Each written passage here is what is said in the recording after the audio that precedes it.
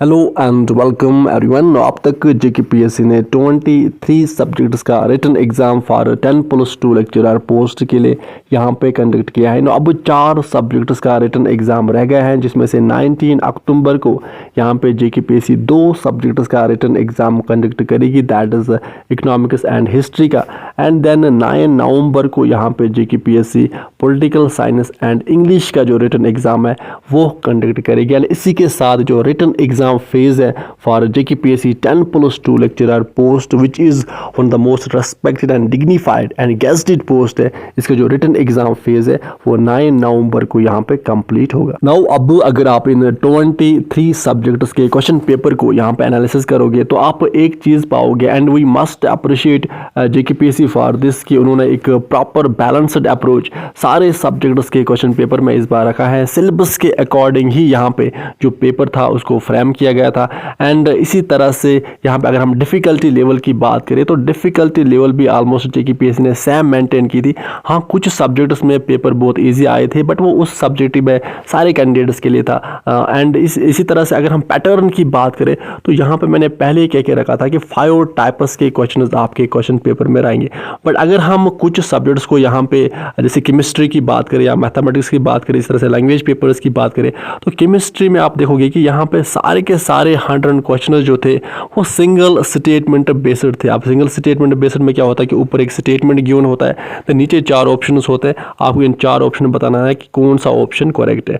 But यहाँ पे आपको कोई असर्शन और रीजन बेस्ड क्वेश्चन नहीं मिलेगा, कोई match the following based question नहीं थे यहाँ पे, क्रोनोलॉजिकली ऑर्डर बेस्ड क्वेश्चन नहीं थे यहाँ पे, मल्टीपल स्टेटमेंट बेस्ड यहाँ पे क्वेश्चन नहीं थे। बट यहाँ पे सारे के सारे 100 क्वेश्चन जो थे वो सिंगल स्टेटमेंट बेस्ड थे। इसी तरह से अगर आप मैथमेटिक्स का पेपर देखोगे तो वहाँ पे भी सारे के सारे 100 क्वेश्चन जो थे वो सिंगल स्टेटमेंट बेस्ड थे। बट इस पेपर में अब ये जो 100 एमसीक्यूज है, और अब तक जेकेपीएससी ने जो ये 23 पेपर्स कंडक्ट किए हैं, तो आप किसी भी पेपर को उठा के देखो तो वहाँ पे जो 100 एमसीक्यूज उस पेपर में है, तो जो जेकेपीएससी ने आपको एक पर्टिकुलर सब्जेक्ट का जो सिलेबस है वो प्रोवाइड किया था, वो प्रिस्क्राइब किया था, तो उस सिलेबस में जो टॉपिक्स थे, जो सेक्शंस थे, उन्हीं सेक्शन से जेकेपीएससी ने 100 एमसीक्यूज फ्रेम किए थे। So it means that everything comes straight from your syllabus, syllabus के बियॉन्ड कुछ नहीं आता है, and that is why we should appreciate JKPSC for that. Now इसी तरह से अगर हम ज़ूलॉजी के पेपर की बात करें तो यहाँ पे आप देखोगे कि ज़ूलॉजी में आपको सिंगल स्टेटमेंट बेस्ड क्वेश्चन भी मिलेंगे, यहाँ पे आपको मल्टीपल स्टेटमेंट बेस्ड क्वेश्चन भी मिलेंगे।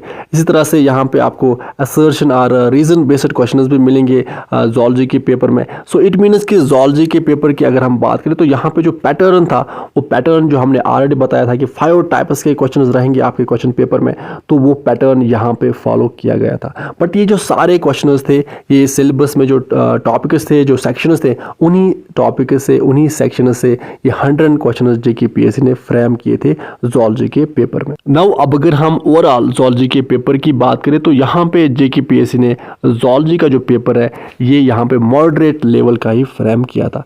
तो अब अगर हम फिजिक्स की बात करें तो फिजिक्स का जो पेपर कल कंडक्ट किया गया था, तो यहाँ पे आप फिजिक्स में देखोगे सिलेबस के अकॉर्डिंग ही पेपर था। यहाँ पे आपको 5 टाइप्स के क्वेश्चन जो मैंने ऑलरेडी आपको बता के रखे थे कि जेकेपीएससी इस बार आपके क्वेश्चन पेपर में पूछेगी, तो यहाँ पे सिंगल स्टेटमेंट बेस्ड क्वेश्चन भी थे, match the following based question भी थे। इसी तरह से यहाँ पे आपको assertion and reason based question भी मिलेंगे फिजिक्स के पेपर में। सो अगर हम फिजिक्स के ओवरऑल पेपर की बात करें तो यहाँ पे पेपर जो था ये मॉडरेट लेवल का ही जेकेपीएससी ने फ्रेम किया था। नाउ इसी तरह से अगर हम कल के बॉटनी पेपर की बात करें तो यहाँ पे आप देखोगे कि सिलेबस के अकॉर्डिंग ही यहाँ पे क्वेश्चन जेकेपीएससी ने पूछे थे। बट यहाँ पे आप कह सकते हो कि ये पेपर जो था वो इजी था, इजी टू मॉडरेट आप कह सकते हैं। यहाँ पे जो हमने 5 टाइप्स के क्वेश्चंस बोले थे कि 5 टाइप्स के क्वेश्चंस पूछे जाएंगे आपके पेपर में, तो वही यहाँ पे सिंगल स्टेटमेंट बेस्ड क्वेश्चंस भी पूछे गए थे।